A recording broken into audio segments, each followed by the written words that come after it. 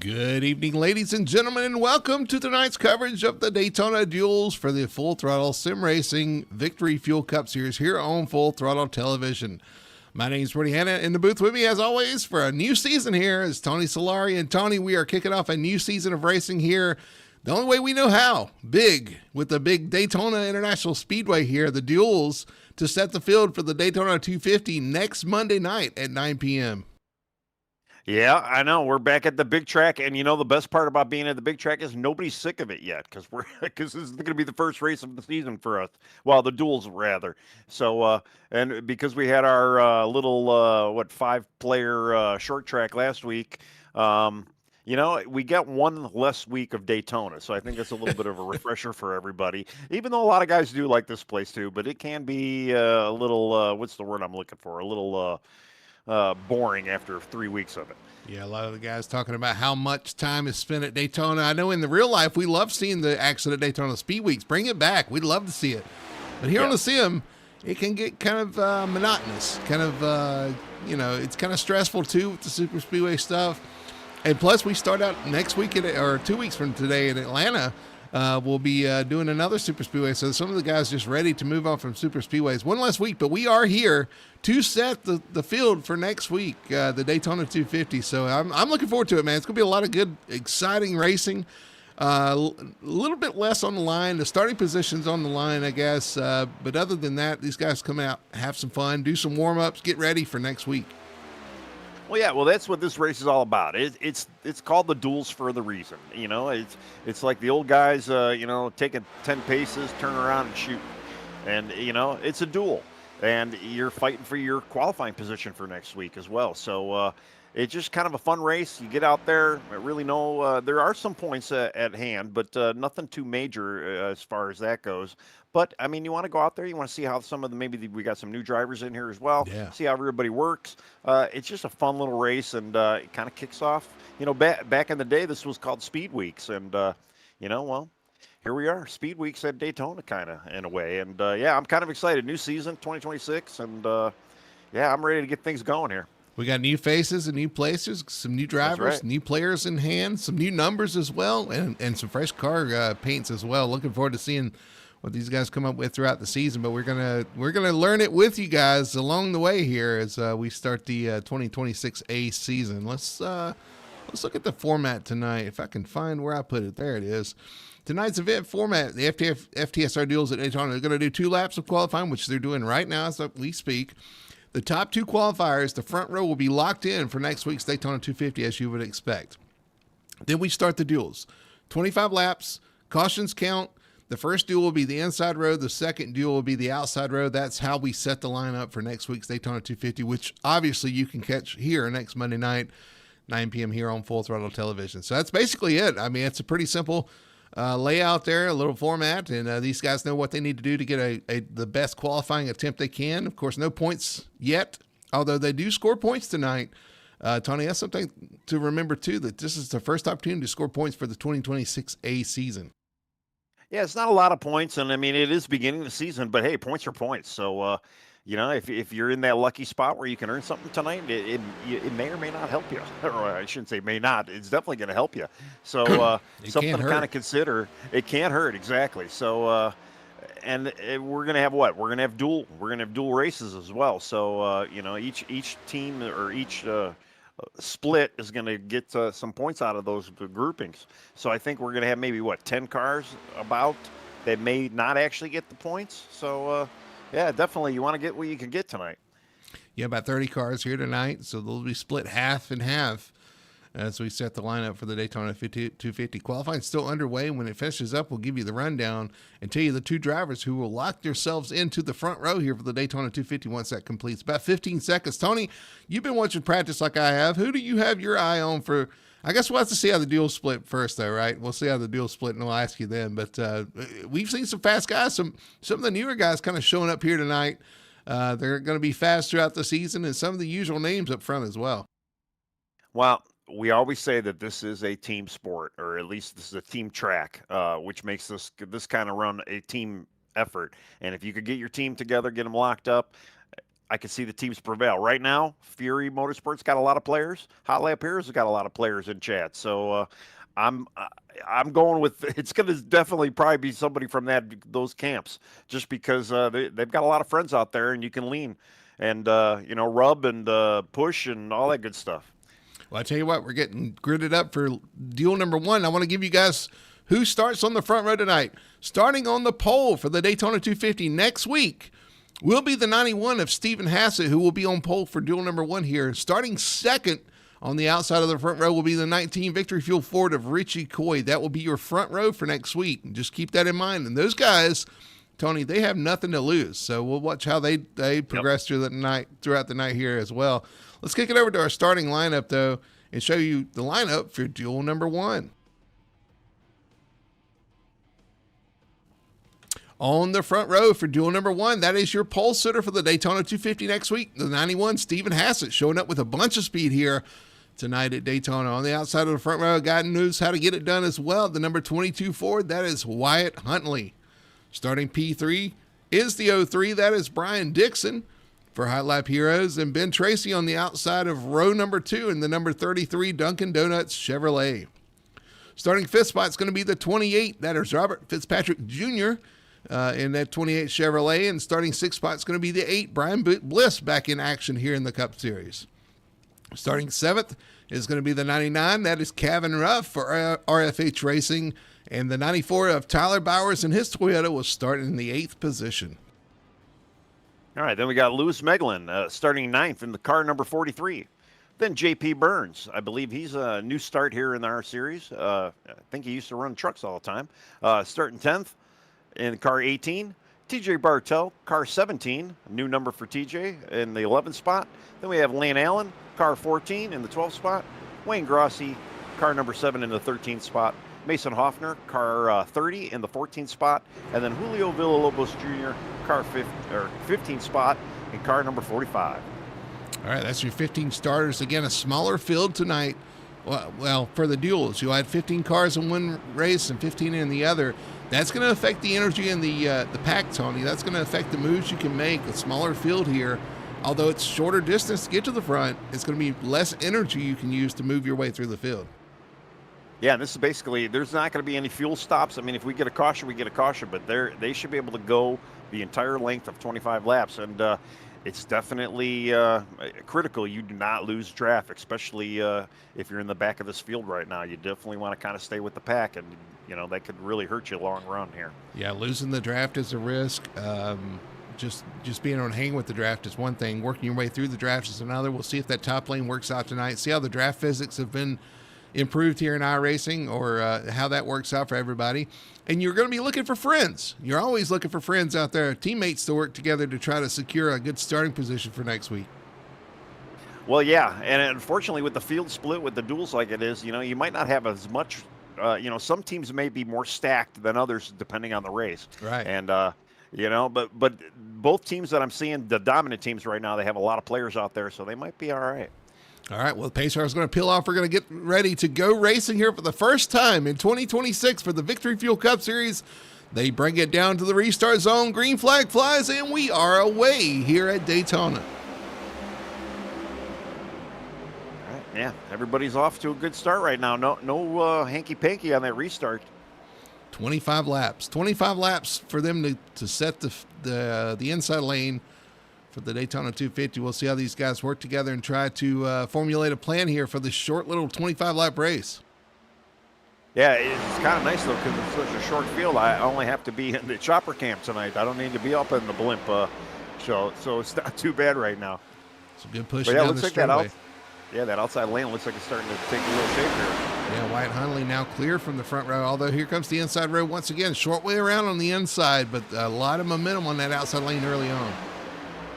Yeah, and you got to be careful, too. I mean, again, we always say this, before you swipe left and swipe right, you want to make sure you got a little bit of clearance there, and you don't want to push the pusher. So right now, Ben Tracy's giving the 22 of Wyatt Huntley a really good push right now and trying to keep that car up front. Yeah, just not quite clear as they enter the corner. Here comes that 91 back to the inside. Stephen Hassett raced here before. He's back in the saddle once again here for the 2026 A season. He's starting off with a bang with a pole here at Daytona.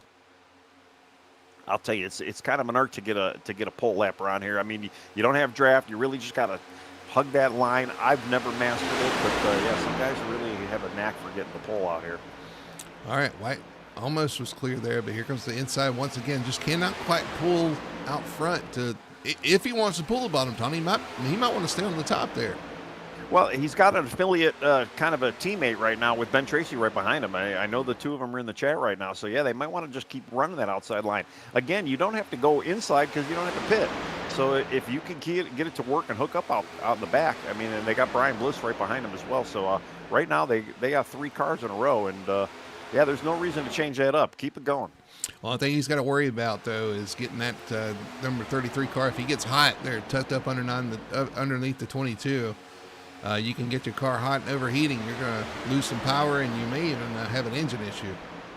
Yeah, we did see an engine pop.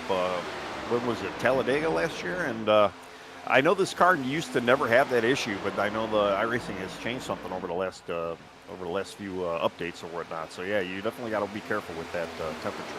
I tell you what, it's nice though. They're still running 2x2 like it's a pace lab. We used to see these guys get single file real quick here, but they're still side by side just like they started. Well, we haven't seen 3 wide yet, so that's always a good thing. But yeah, looks like unfortunately, Ben Tracy got a little bit off of Wyatt there. Maybe he had to cool that car down a little bit. And here he comes though. He's going to get him a nice little bump down the back straight. Here comes that inside lane down the back stretch into turn 3 with a head of steam. We're on board with the number 03. He said he's got a paint scheme coming, guys, so we'll see what he shows up with. But I don't know, man. He's the new Silver Surfer out there. I mean, that thing looks kind of sharp. I mean, it looks nice and shiny. You see Dixon giving just a slight nudge to that number 91 out front as they're still running 2x2.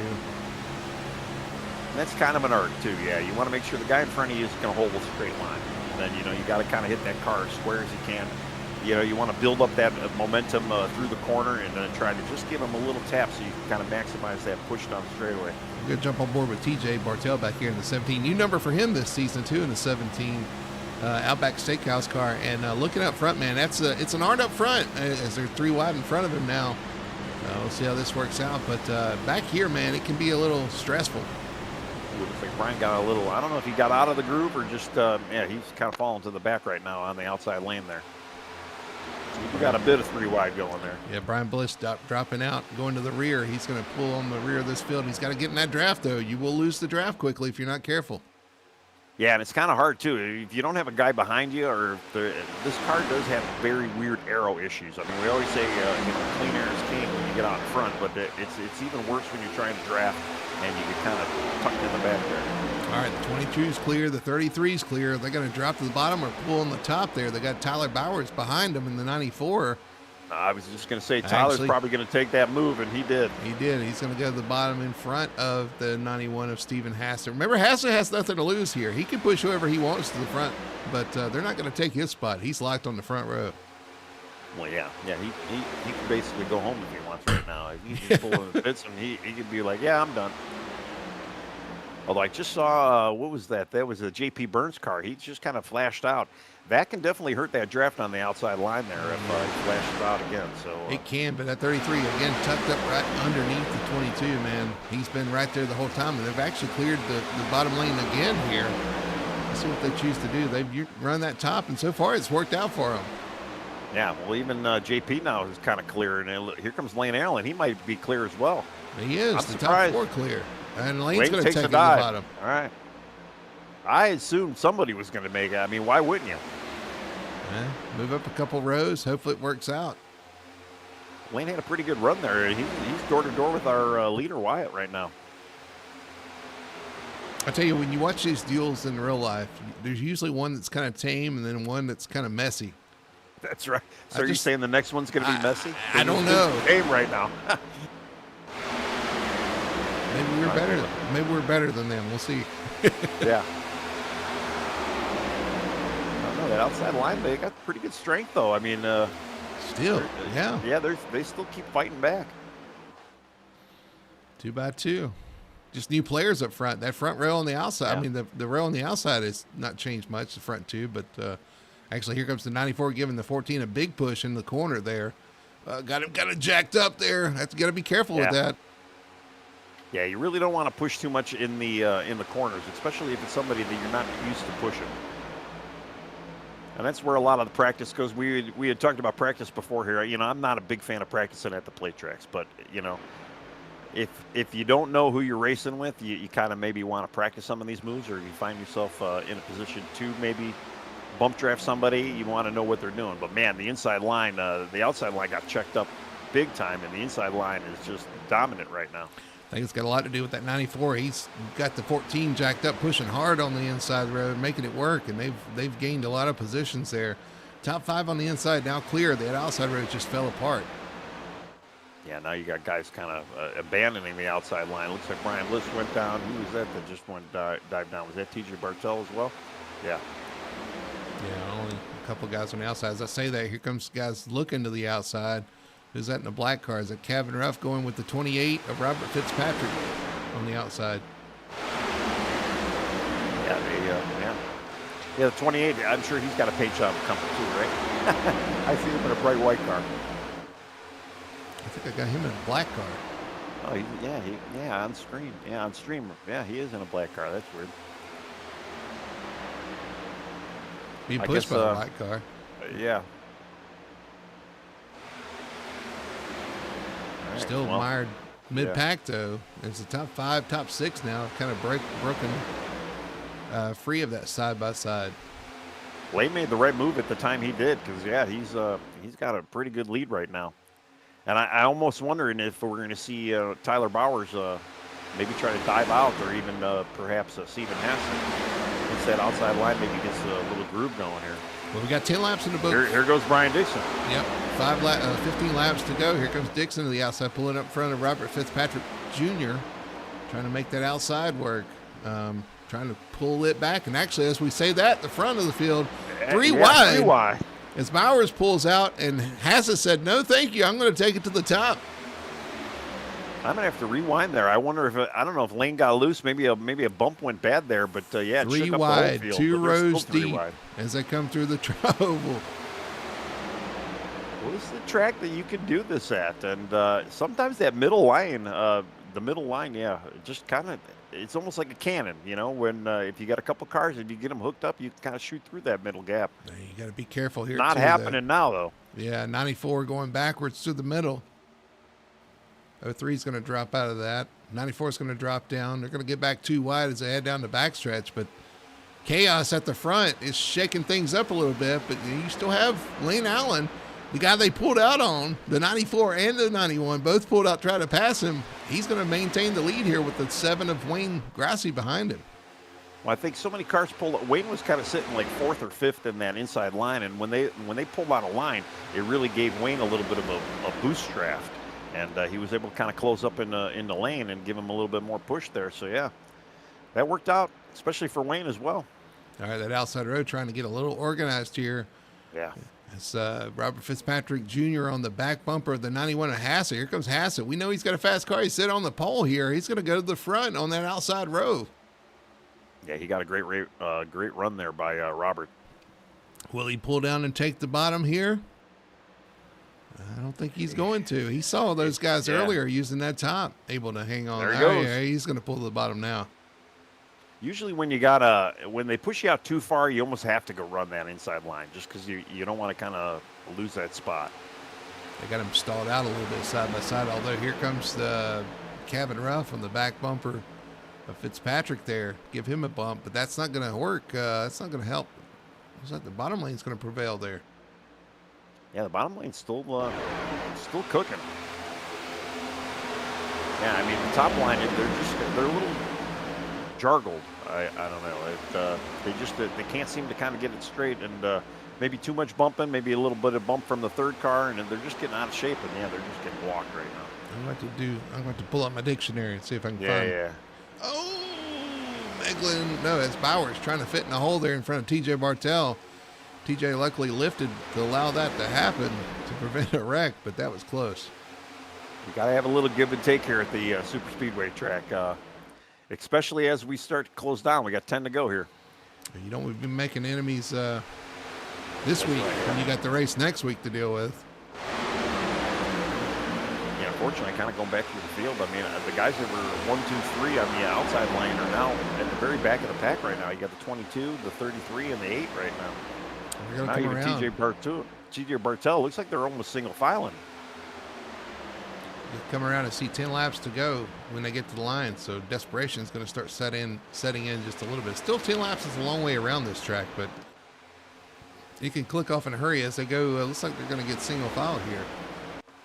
I'll tell you, when you're in the first position and you're in the Daytona 250 and you got 10 laps to go, it's an eternity because you don't know what's going to happen. You don't know who's going to sell you out at the end, and I'm sure the nerves are there quite a bit too. But I don't know. Looking at a single file situation like this, it's not too bad for Steven Hassert right now because it takes a few laps to get that outside line to move. They want their 2x2 back here. Jumped on board the TJ Bartell number 17 once again. They're still trying to make that outside lane work. They're going to try to come back out of it. So we're going to have some guys jump up in front of them there. Looks like the 40, the 03. You got a lot of guys jumping up trying to make something happen here. And that's just going to stall them out a little bit, though. It is, yeah, because it's going to take them a little while to kind of get organized and start moving forward. And then you just saw Brian Dixon kind of give a little bit of a tap there to the 94. And, they kind of shook up that entire line. One little bobble like that is definitely going to hurt the entire line. Get organized. Although you're going to start seeing some guys want to play that top lane, try to make something happen here towards the end. So you got to be prepared for that. There's probably some guys looking to jump to the outside if they ever get organized. That's going to shake things up again.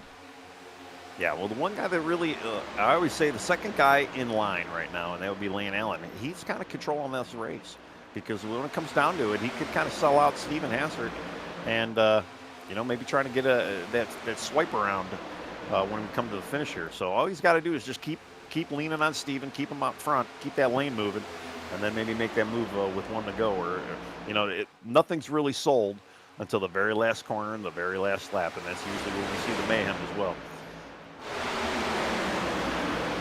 We'll see what happens. They come down here. They're going to see, 8 laps to go at the line right there.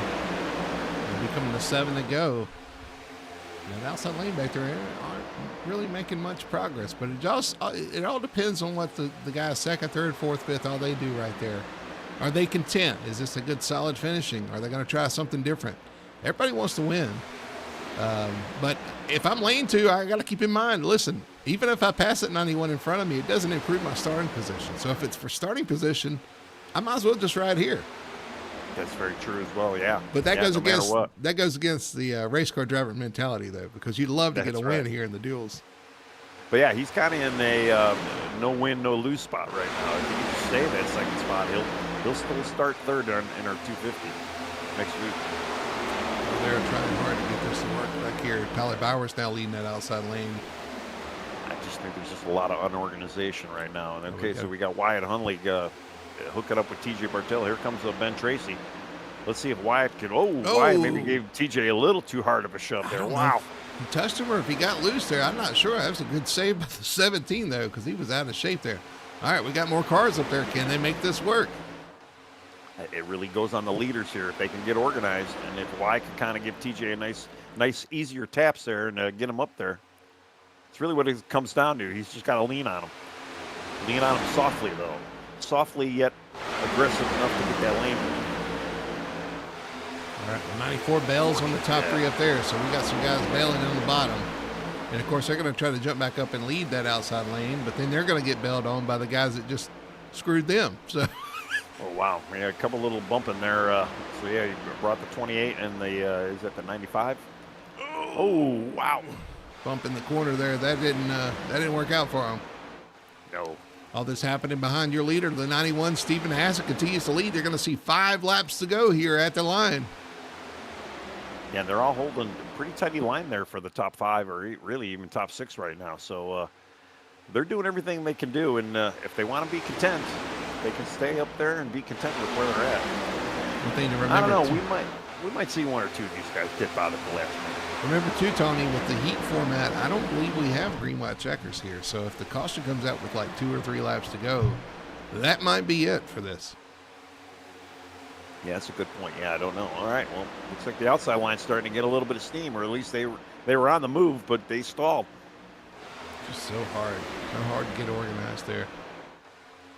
I mean, you need organization. You need a leader with a fast car as well. And, you know, they do have a little choice of gearing, too. So, you know, some cars are going to be geared a little bit better to be out front leading. Some cars are going to be better pushers.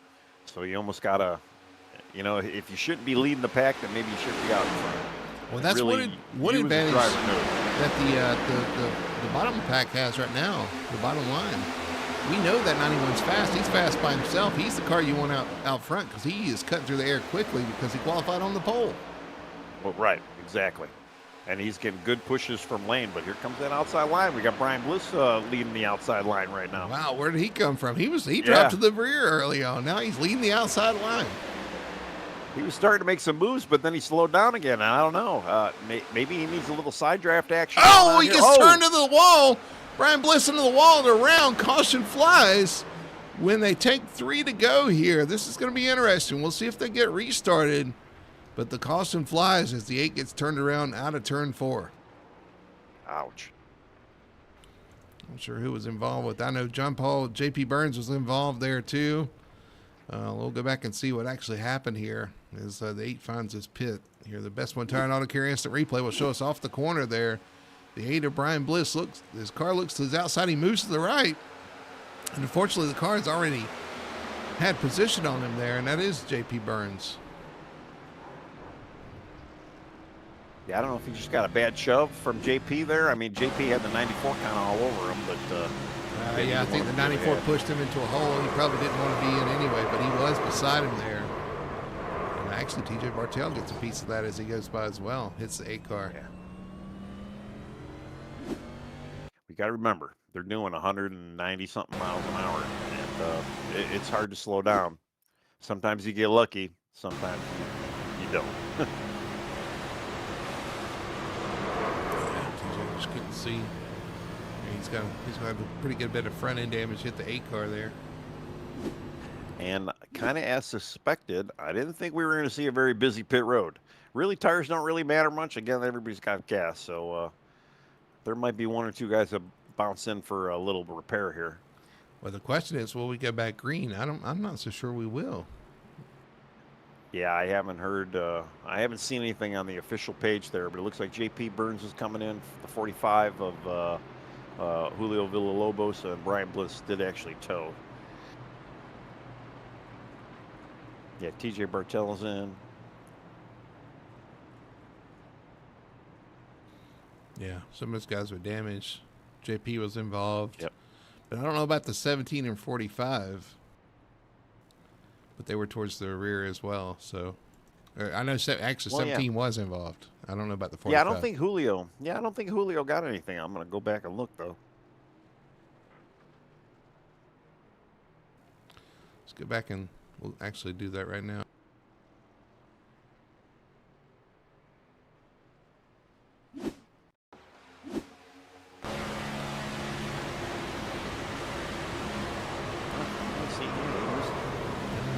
It was close. Yeah, he might have just scraped by, but he just missed it. But he was back there in outside the top 10 after that. So, and I'm not seeing anything as far as green white checkers go or anything like that. So it's this may actually end under yellow. That is still very possible right now. Well, the good news for the lights are still on as well. So. The good news for the guys who were involved in that this is just for a qualifying position. So, they'll still start the race. They just have a little worse starting position than they would have had. But the bad news is there's a lot of cars to pass on race day next Monday. It'll be over 30 cars that you got to navigate around. Well, sometimes when we see, as we've seen in the past, some guys like to start in the very back. And sometimes, we'll go 2-3 laps in, and if they, for whatever reason, get a good pole lap or get a good starting spot, they're going to drop to the back anyway, just because of the way the race plays out. Well, that's true. You can win at any spot here, really. That's true, too, and it's a long race, so, Yep. All right, let's see if we see the white this time by. I believe we will. Yeah, there it is, white flag. So we will end under caution. Yep. So that means your pole sitter, Stephen Hassett, will win the duel as well, with Lane Allen finishing in second. So just like we talked about, if he just hung out right there, he'd have a good starting position. Wayne Grossi with a good starting position as well. Those guys doing a good job riding in line. They were biding their time. They may have made a move at the end, but it worked out either way. Yep, and basically it's going to be this will be what our inside row for the field. How it stacks up next week. It will be pretty much in that spot. Stephen Hassett, and we'll see Lane Allen and Wayne Grossi, and then Lewis Meglin. I'll tell you what. Let's see if we can grab our winner here before he crosses the line. We'll just talk to him as he's pacing around here. Where's he at? Here we go.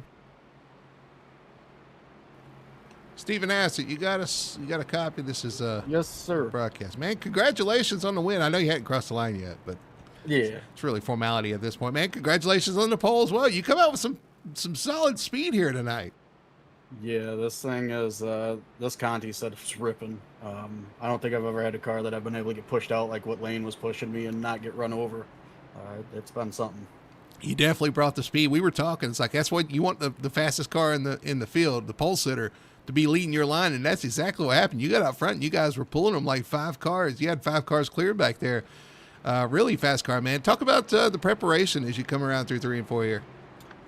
I mean, I've been running 500s for a couple weeks now. Ran MRL and was in PGR running that. So I mean, I've had a ton of laps on different setups and just kind of getting into this Conti setup this weekend and seeing what could do. Really, the true test was qualifying. I've never been able to qualify at super speedway, so to lay down the lap I did was a surprise in itself.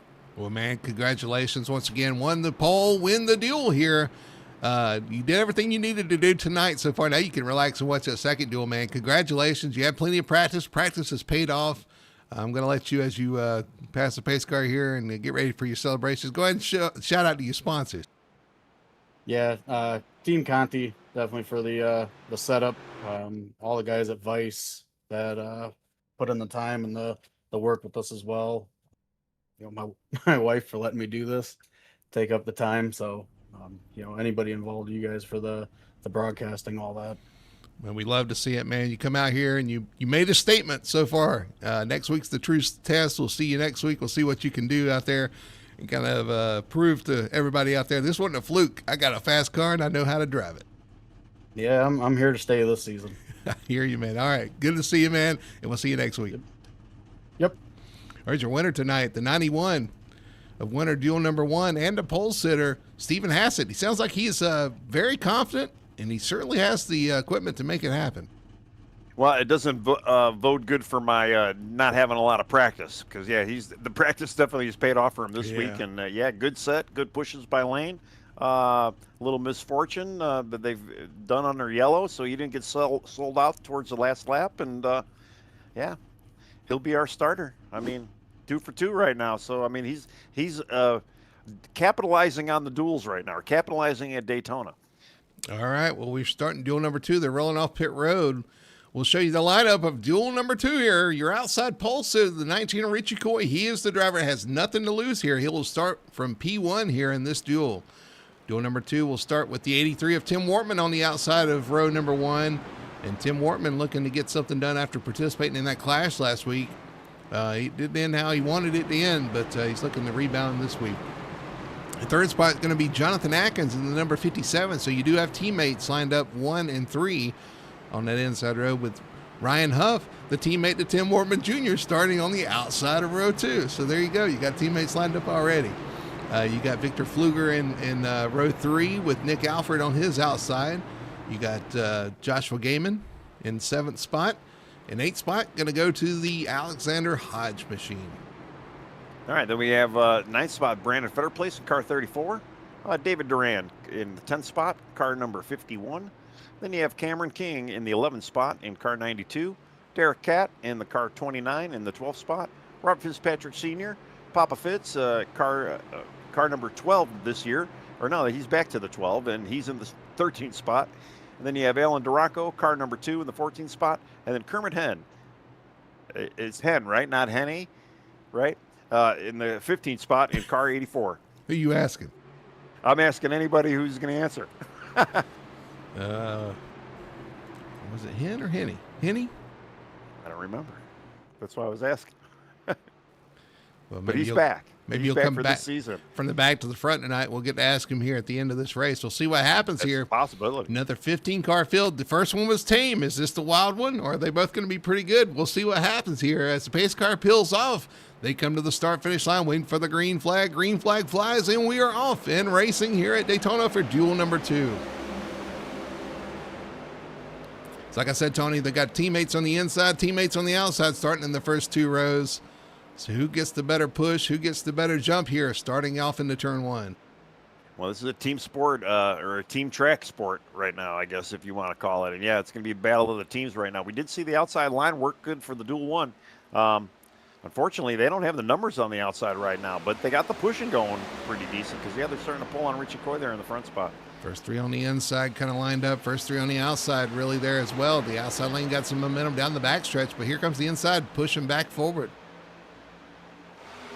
Yeah, you definitely want to, I'm looking at kind of the 98 of Nick Elfer right now. He's staying close, but he's definitely not pushing the pusher right now, and that's what you want to do. You kind of want to be in that bubble.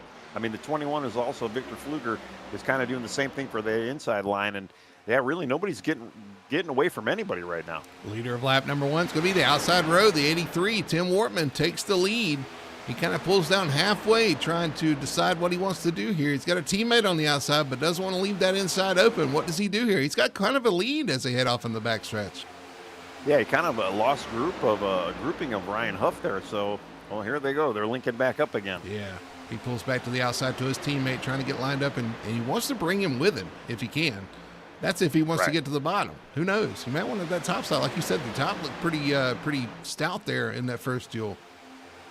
Well, and that's what I'm kind of wondering, like even like Richie Coy, if Jonathan can maybe push Richie Coy, I almost wonder if Richie Coy might go on the top side. I mean, we know Richie's a bottom feeder as it is, but, the outside line has been pretty strong if you can keep it there. I mean, we did see it fall off towards the end of the duel, but, it's not – it had some speed. So, I mean, you could definitely make some noise up there. Yeah, this car is now pushing, trying to get some air to their car, trying to cool it back down, but they're back on them on the backstretch. Inside lane really organized. Now the outside lane organized as well. And yeah, you're really looking at the top 3 cars in each lane right now. And if the less wiggling that you see from them, the tighter they are, that lane should prevail. I tell you what, right now, yeah, we're seeing that inside lane stays pretty smooth. The car I don't want to be right now is that car in the middle, like Jonathan Atkins getting pushed from behind and trying to push the car in front. That is a recipe for disaster. You want that car in the back to help you, but you don't necessarily want to be bumped. It moves your car around, and then you're trying to push the car in front can kind of get you kind of unorganized. Speaking of unorganized, where'd the outside lane go? Well, I think Nick Alford kind of stepped out of that 3-car grouping there, and I don't know, maybe just because he just was getting a little impatient. And yeah, the outside line is completely non-existent. I think what he did is he found some teammates. He's down there with Brandon Fetterplace, his teammate, and I think they want to kind of get organized, get together themselves. Very possible. And actually, Jonathan's right now, he's kind of where the Lane Allen was last at the end of the first duel. Richie's going to start on the outside front row next week, so he might want to stay right behind him, and all he's got to do is just keep pushing Richie. I mean, the logic works out, but right. How many times have you seen logic come into play in a race car driver's mind? Well, and especially at a super speedway, yeah. It doesn't happen very often. And I know Jonathan Atkins wants to beat that Richie Coy machine, so I don't expect him to stay there. But for now, it's okay. We'll work together for now. It's very early. I mean, what do we got? 21 laps to go. So, I mean, yeah, plenty of time. And all he's got to do is just keep that lane moving and really just try not to get an outside line formed up. And the best way to keep that outside line formed up, or not getting formed up, is keep pushing that inside line. Stay in line. That's all he wants to see. Stay in line. And it's easy to say from the front. Right on board with the 21 there, Victor Pfluger, new number for him as well this season. Speed Demon Esports. Victor has shown flashes of brilliance, flashes of speed in the off season too. I expect him to be a factor here if he can stay out of trouble. He's definitely fast. He's got the speed, but he's just got to find a way to finish these things where he's running. Well, he got a little out of shape that last lap, and then he kind of tucked up to Jonathan Atkins. And the thing that I'm worried about is if he gets too much into Jonathan Atkins, he might bumble up that front car, and that's when you start seeing that outside line because they're gonna scatter. Once that lane starts slowing down, you're gonna see that 34 and the 98. They're gonna dive to the outside, right? That's some pretty hard hits there, and it's knocking the 57 all the way around. There's no way he can push the 19 like that. Right. So something you just got to learn as you go, and hopefully he figures that out before disaster strikes. Well, you got to manage the draft. The car in front of you. Let the car in front of you do the pushing of the leader, and you just got to kind of hang into that bubble. But you don't want to get too close. I mean, there are almost 4 guys right now pushing each other, and that's not a good thing. Yes, Joshua Gaiman in the number 61 there in 4th position. He's another one looking for a splash. Actually, went over a Clash 1 week ago, so he's already got a win in 2026. Looking to add to that tally. Yeah, he was one of our wild finish last week, but one of the 5 drivers that showed up for the Clash. Yeah, it was an amazing finish there. Crazy finish at the end. Yep. And a few of those drivers in here were involved in that. I'm just keeping my eye on our last season champion, Brandon Fetter Place, and then Nick Elford right behind him. They're being very calm and very tame right now, and I'm just waiting for them to kind of get that run and then make that outside line work there. And it looks like they might be trying it right now. They're trying to encourage, I think, the 61 to go with them as well. The 61 is kind of dancing around there. Neat paint scheme for the 61 as well. Kind of a flashy new design with that light blue. Yeah, kind of some golf colors with a little bit of black. Golf. Oh, golf. Yeah. Golf, yeah. Never mind. We don't need your help, 61. Here comes the 34 Fetter Place to the top.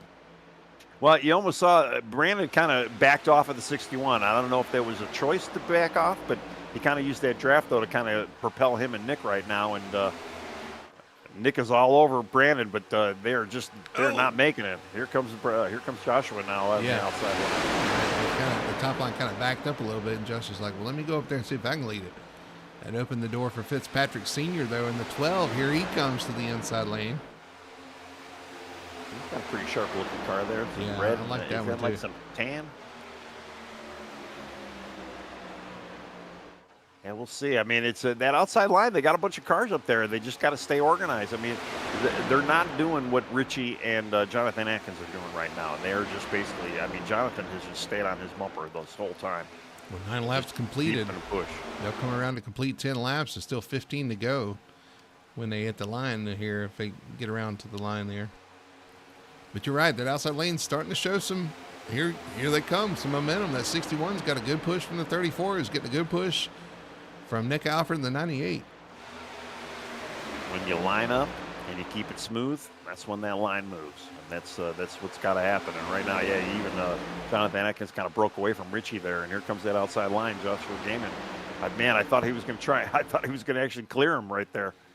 Top 3 kind of tight right now.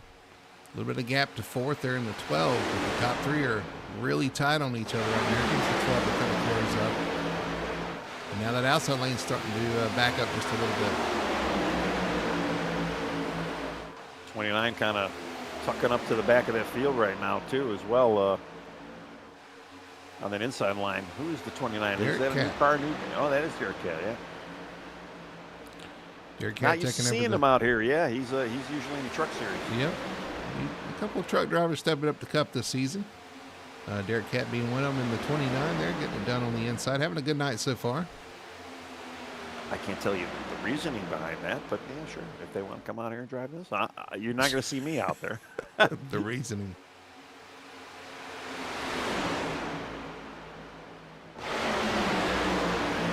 Some of them like this. I've talked to a couple of them. Some of them really like the challenge of the car, which I guess I could kind of get behind.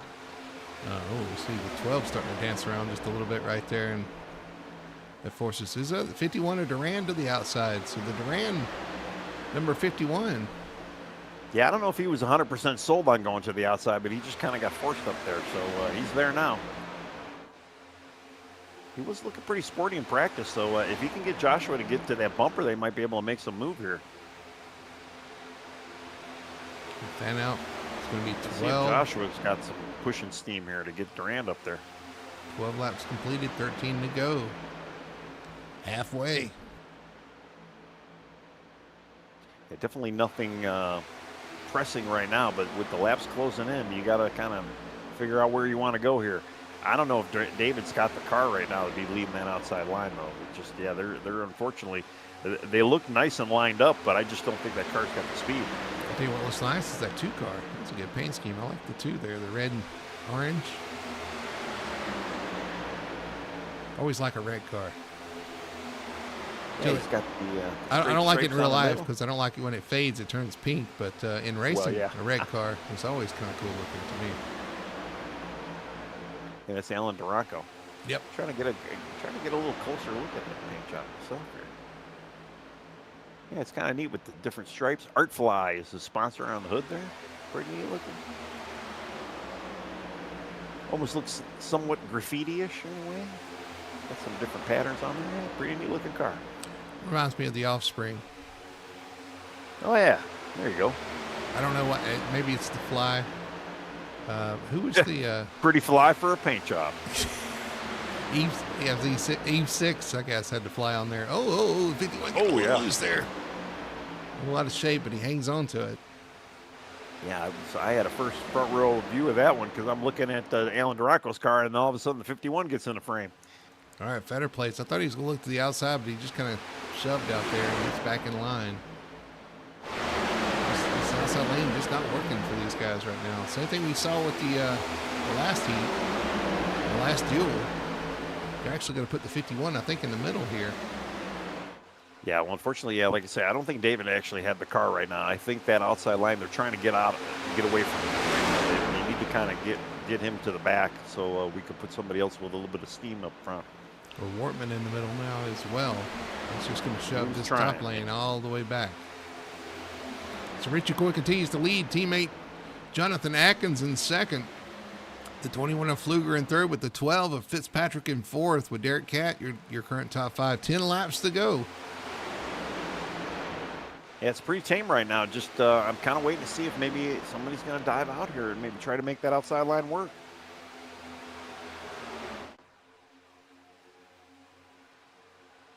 It's unfortunate, yeah, because the outside line is completely non-existent, and they're all going to single file. Well, here comes Wortman, though. Yeah, Wortman's going to pull out back there. Who's he got behind him? Is that his teammate, Ryan Huff? Yeah, that's Huff. And they started second and fourth, and they've dropped all the way back here, but they're trying to make a new charge towards the front. He's going to try and huff up to Wortman there and maybe try to give him a push. He's going to have to huff and puff and push that 83 as hard as he can. I look forward to making that joke all season. That's right. We're going to have the huff and the rough out there as well this season. We need a puff. That's right. Well, I can cover that. Okay. How did I not see that one coming? You set me up. I'll tell you, though, Huff is coming. He's giving a good push. I mean, although you got a 4-wide train there, and they are all bumper to bumper. That is either going to go the way it's going or it's going to be very dangerous. They got ahead of steam. Whatever they did down the backstretch, they have got some power now. As they're going to pull up next to the third place car, I think, right here in the travel. Yes, they do. Yeah. Well, that was 4 cars linked up, and they were able to make that work, and that's where you saw that burst of speed come from now. Can they continue that momentum? Ryan Huff doing everything he can. Yeah. I'm going to give it to Huff right now. If he can get Wortman out front, I mean, this is all Huff, man. Leaning on him. Start out here. He's got to back up, get another push. Here he comes. But again, though, Wortman started pushing the pusher back here. Yeah, you're right. That 4 straight push, man. They're getting some momentum, but it is dangerous. Well, Wortman Q'd 4th, so Wortman's got a pretty fast car as far as in Q trim. So there is a good possibility that he might have, a decent car enough to lead that outside line here for a race car. Yeah. That's true. Those cars look fast. There for a minute, I thought it was going to be those 2 on the front row, but he kind of broke them up there for qualifying. I tell you what, Huff's trying his best to push that 83, but he kind of got jacked up there on the. Oh, he's up the track a little bit too. Good thing Gaiman behind him gave him a little space there to let that kind of settle out. Well, I think Gaiman's kind of been all over his tail panel there, so You got to kind of let him breathe a little bit. Let Huff do the pushing. Just stay with him. Stay in that bubble to try and keep them moving. And it looks like Wortman is kind of dipping a little below, maybe trying to catch a little of that side draft as well. So that's definitely going to keep that lane moving.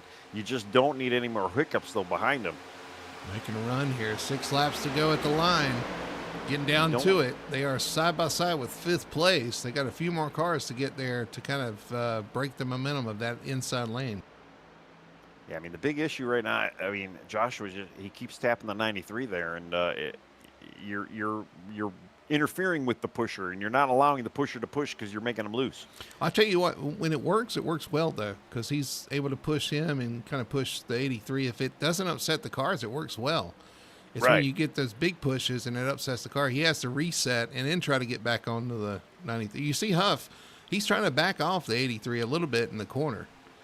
Just to avoid that. And I don't think Josh was allowing for that, which, I don't know. He might be doing that to cool the car off, too. Well, some of that might be, yeah, because he's been kind of right on the bumper of Wortman there for a while. So, I mean, yeah, he might be starting to overheat a little bit. Well, 5 laps to go. Yeah, they kind of broke up. I think the guys behind them kind of lost faith in what they were doing there. They're going to pull back to the bottom and try to reset. All this happening behind the front 3, front 4, who's kind of, actually the front 5 are just kind of settled in here for now. I can't imagine that's going to carry over to the end of the race. Well, the top 3 really hasn't changed. They've just been doing what they've been needing to do and just maintaining the line and just kind of keeping and they're actually keeping it a little bit of a distance as well, too. So there's not a whole lot of bumping going on. But here comes that outside line again. Fetter Place leading it with Nick Elford. I know Nick is not going to hold back, so Nick is probably going to try and push him all the way around this track here. Try to get him up there. We're going to see a little bit of side drafting as well, too. I think these guys might have a shot. If they don't, they're going to run out of laps here to have another shot at it. They're doing pretty good on the outside. The inside, though, is really tight, really tucked in. I think the question's going to be who pulls out up front here as we're on 4 laps to go. That top 5, somebody up there is going to try to pull out and win this race. And they're going to get a big push from the outside lane that's going to slow the momentum of the inside. Then we're going to have a race. Well, you got to know your car. I mean, I'm looking at the 21. I'm looking at the 12 right now. I mean, the 20 is at the 29 right now. Derek Cat. I don't know. You got to think to yourself, do I have a fast enough car to lead this line? Because if I don't have a fast enough car to lead this line, I'm not going to be fighting for a position up front. You know what I'm saying? With 3 laps to go, they're getting tight there back there, 5th spot. With the 29 of Cat up the track just a little bit, trying to get off of Fetter Place. Fetter Place kind of choked up there on the outside lane. Actually, that opened the door for, who is that behind him? That's Duranco. Yeah, Duranco takes the outside line now. He's leading the group here. Duranco said, all right, let me see if I can go up here and lead. He's going to get a push from, the 34 up the track, though, into the wall. And actually, Alan apologized, so I don't know if maybe Alan got a little bit loose there or something happened. And yeah, unfortunately, Brandon had a fail. And that broke them all up. Now that momentum's going to shift to the front just a little bit here. 2 laps to go. 2 laps. We got the 2 sideways and into the wall. No caution yet. He stays on the wall. We're going to stay green so far. Yeah, he should probably be all right. Looking at him, he's all right. He's on the grass. He parked it, but yeah, he's done. All right. Well, now the 93 trying to get with the 83. 93, big wiggle into turn 3, though, on that outside lane, trying to get something to work. They're going to come around and see the white flag. 1 lap to go with the 19 leading the 57, 21, 12, and the 25. Who's going to do it, Tony? If I was the 21, I would kind of lay off Atkins right now. Maybe see if you could maybe get a bit of a run, and then maybe you might get the 12 to kind of come with your. We're wrecking. They're wrecking behind them. Big wreck. Last lap, so we're going to stay green, but a big wreck. Those guys behind them, so it's going to be settled between the top 8 or 7 cars here. Like I say, you can sell out Richie right now. All you got to do is stop pushing them. And you might be able to get that little boost of draft off of him.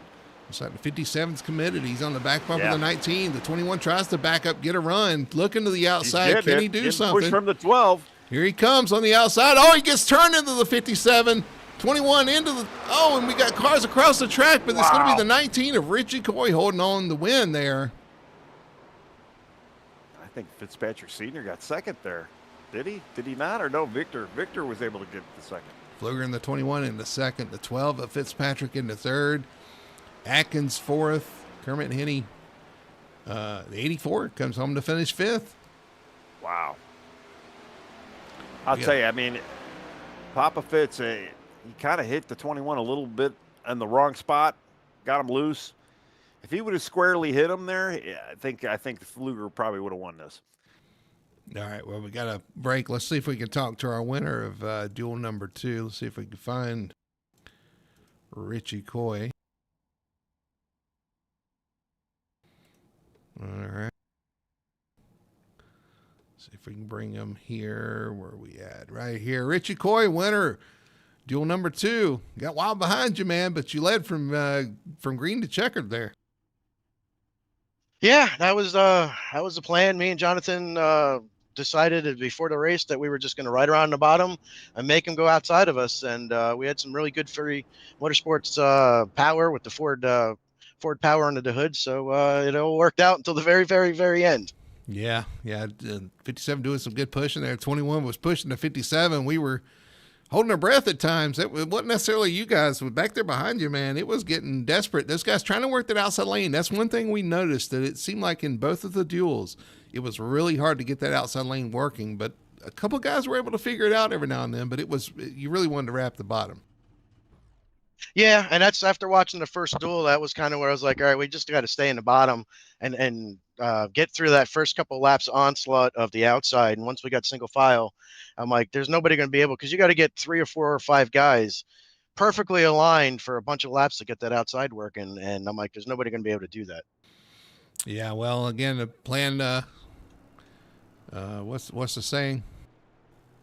You love it when a plan comes together. Well, the plan worked out for you. The 57 lost a few positions there at the end, unfortunately, but it worked out in the end there. You got that win in the duel. Started on the front row, too, qualifying. Was that a surprise? Were you kind of aiming for a top 2 starting spot, or was that kind of a surprise to you? Never really been a really fantastic super speedway qualifier. So when I came around for my lap and it said that I was on the pole, I was a little shocked. And then I'm like, when I got done, I'm like, oh, wow, there's like not a lot of guys left. Maybe I'll get the pole. And then Steven did a heck of a lap and knocked me off. But I'll take the outside starting roll. I didn't really have to even run the duel. Yeah, absolutely, man. I know. That's what I'm saying. Our front row won the duels on both the races there. So you guys got quick cars. You stayed out front. Weren't able to be passed there at the end. So bodes well for next week. I know we're looking forward to it. Hassett on the pole, you in the second spot, and we'll see what happens next week for sure, man. But I'm going to throw it to you, let you do your shout-outs and sponsor plugs as we wrap up here tonight. Well, first and foremost, I want to thank Full Throttle Sim Racing. This is the beginning of our 2026 A season. I believe this is the start of my 6th season here, so it's definitely a home for sure. I'm looking for more guys to come find a home here and fit in great with the league. So shout out to FTSR for that. Fury Motorsports, our Fury Motorsports alliance that we have going on worked out well in Duel 1, worked out well in Duel 2. So that's still a work in progress. So I think that's going to work out well for us, especially on these super speedways. Got to thank Victory Fuel, Phoenix PC, Icon Apparel for being on the car. And got to give a shout out to Tony's mom and dad as usual.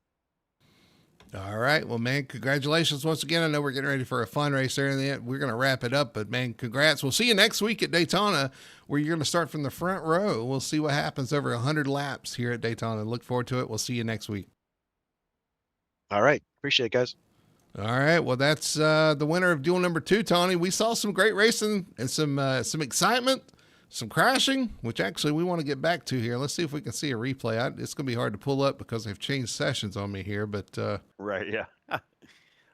Well, we saw little patterns as well too. Like you said, that outside line, it takes a little while to get that run moving there, and I did see a lot of good clean racing though as well, and it just we'll see what they're going to be able to do next week. It's going to be very interesting, a lot of fun. Got a replay of that crash in turn 1 here.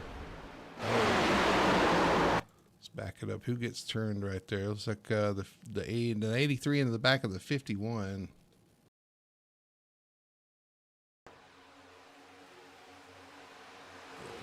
That just was kind of a mess back there. Well, it'd be great if they were so I could click on the name.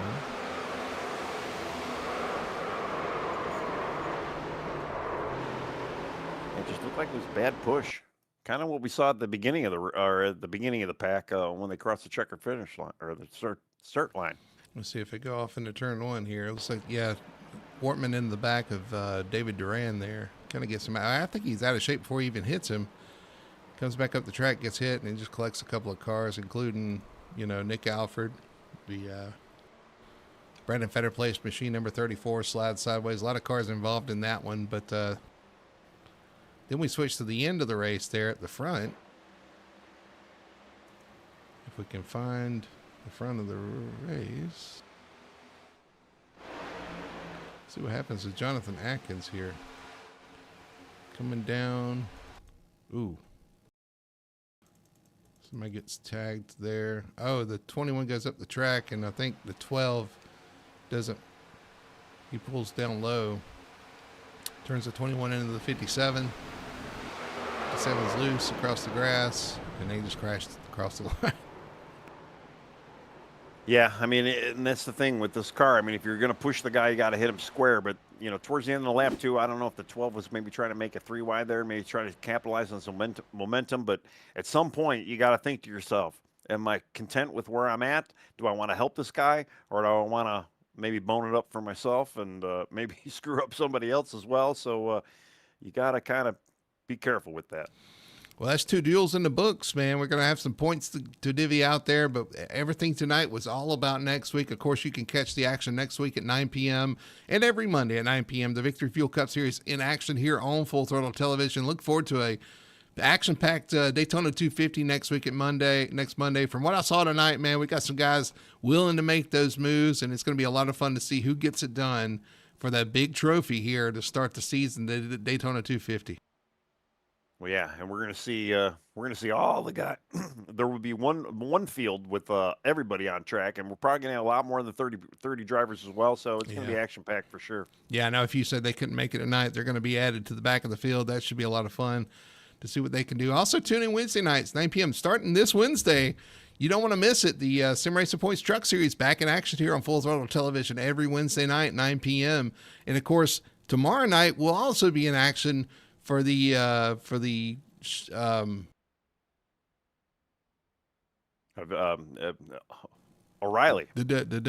No, not the no. It's not the O'Reilly. FTSR will be in action, but they won't be on Full Throttle Television. Oh, that's right. We will be broadcasting the Cup Series. The what? Apex, right? Yes, Apex Racing Cup Series every Tuesday night, 9 p.m. as well. So definitely want to tune in tomorrow night at 9 p.m. for those guys as well. Man, that's going to do it for us tonight, though. FTSR, again, put on another great show here, the Victory Fuel Cup Series in action. And just as a reminder, as we do every week, drinkvictory.com, use code FTSR, 10% off your order. Victory Fuel is continuing to be a proud sponsor of the Full Throttle Sim Racing Victory Fuel Cup Series here Monday nights at 9 p.m. So that's going to do it for us, Tony. From Daytona, a lot of action-packed racing. We look forward, a week from now, we're going to see the Daytona 250 in action for these same drivers. We'll see who can hoist that big trophy and get that big victory to start off the season. But for Tony Solari and everybody at Full Throttle Television, my name's Bertie Hanna. Thanks again for watching tonight. Hope you guys enjoyed it. We'll see you next week right here from Daytona.